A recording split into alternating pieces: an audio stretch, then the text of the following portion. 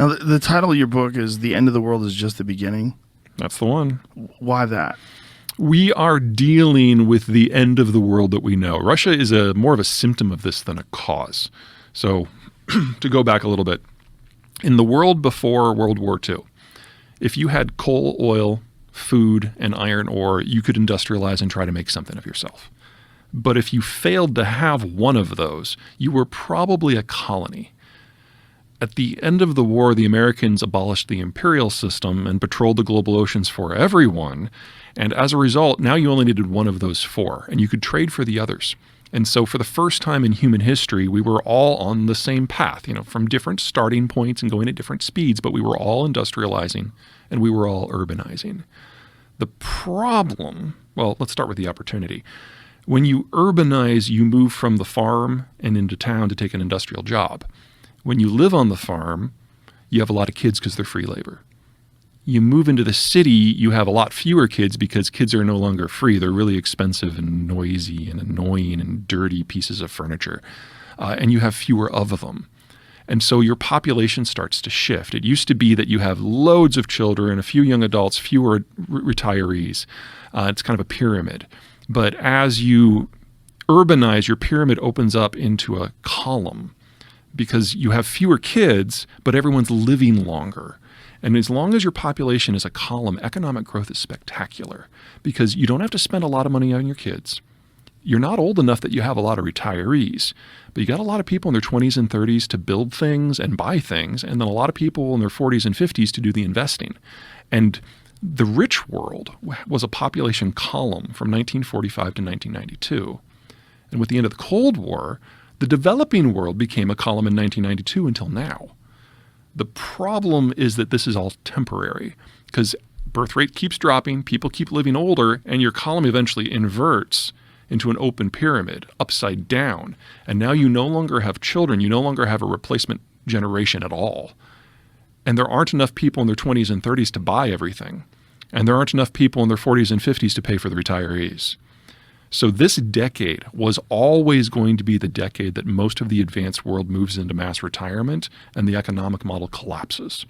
And next decade was always going to be the decade that happened to the developing world. And we find out recently that the Chinese have jumped the ship, and this is their last decade too. So all of the globalized connections and consumptions that create the world we know, we are at the end of it. And we have to go back to a world where trade is more focused on the countries that have a better demographic and security infrastructure because the Americans are no longer patrolling the global oceans anymore. So we're losing the security ramifications of an open system. At the same time, we're losing the demographic capacity to support it in the first place. And that's all going down right now. So when you're saying that China has 10 years to go, at most. What do you mean by that? Well, we now know that they've lied about their population statistics, and they overcounted their population by over 100 million people, all of whom would have been born since the one-child policy was adopted. So this is one of those places where they've got more people in their 60s and their 50s and their 40s and their 30s and their 20s. Now, what was the logic behind the one child? Was it that they were overpopulating? Mao was concerned that as the country was modernizing, the birth rate wasn't dropping fast enough and that the young generation was literally going to eat the country alive. So they went through a breakneck urbanization program which destroyed the birth rate. At the same time, they penalized anyone who wanted to have kids. And both of those at the same time have generated the demographic collapse we're in now. And the problem with that also was that they wanted male children. Yeah, there's a cultural aspect to that too. And obviously, men can't have kids on their own. And what is the ratio to men to women in the younger people in China now? Before the data revision, with the last set of lies, it was about 1 to 1.2. It was the most distorted in the world, even more than Sri Lanka, where there had been a civil war for 30 years. Since then, we don't have good sex-by-sex data, but it's undoubtedly worse. And so what are the other problems that they're encountering that leads you to believe that they only have 10 years left? Well, without young people, we've seen their labor costs increase by a factor of 14 since the year 2000. So Mexican labor is now 1/3 the cost of Chinese labor. Their educational system focuses on memorization over skills. So despite $1 trillion of investment in a bottomless supply of intellectual property theft, they really haven't advanced technologically in the last 15 years. Mexican labor is probably about twice as skilled as Chinese labor now, even though it's one-third the cost. They've consolidated into an ethnic-based, paranoid, nationalistic cult of personality, and it's very difficult for the Xi administration to even run it because it's not an administration anymore. No one wants to bring Xi information on anything. So, like, Putin lied to his face, for example, but last February about the war, saying, why would I invade Ukraine? And you can see in some of the presses, the defense guys in the back of the room, like, they didn't want to say anything because Xi has a history of shooting people he doesn't like. And so the Chinese were the only country that was caught with their pants down when this all went down. The Biden administration is basically taking the trade policy of Donald Trump and running it through a grammar checker and putting it into institutions. So we now have tech barricades that prevent the Chinese from buying the equipment, the tools, or the software that's necessary to make semiconductors. In fact, he went so far as to say any Americans working in the sector have to either quit or give up their American citizenship. Every single one of them either quit or was transferred abroad within 24 hours. So the tech system is stalled. They don't have the young people to go consumption-led.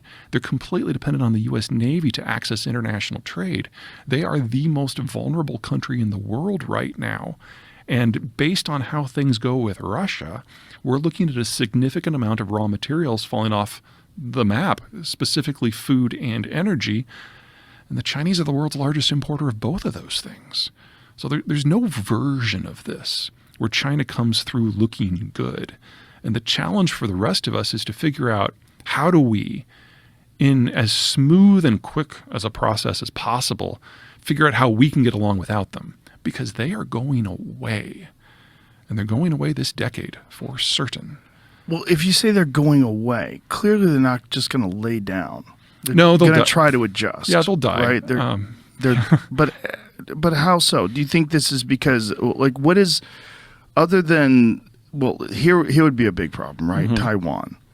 Like, if we impose the kind of sanctions that we've imposed on Russia, if China decides to invade Taiwan and the world stands up and the world imposes sanctions on China, how does that go?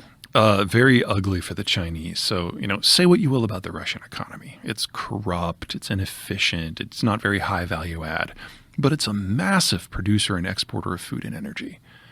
You put the sanctions that are on the Russians on Beijing, and you get a deindustrialization collapse and a famine that kills 500 million people in under a year. And the Chinese know this. They can only push so hard.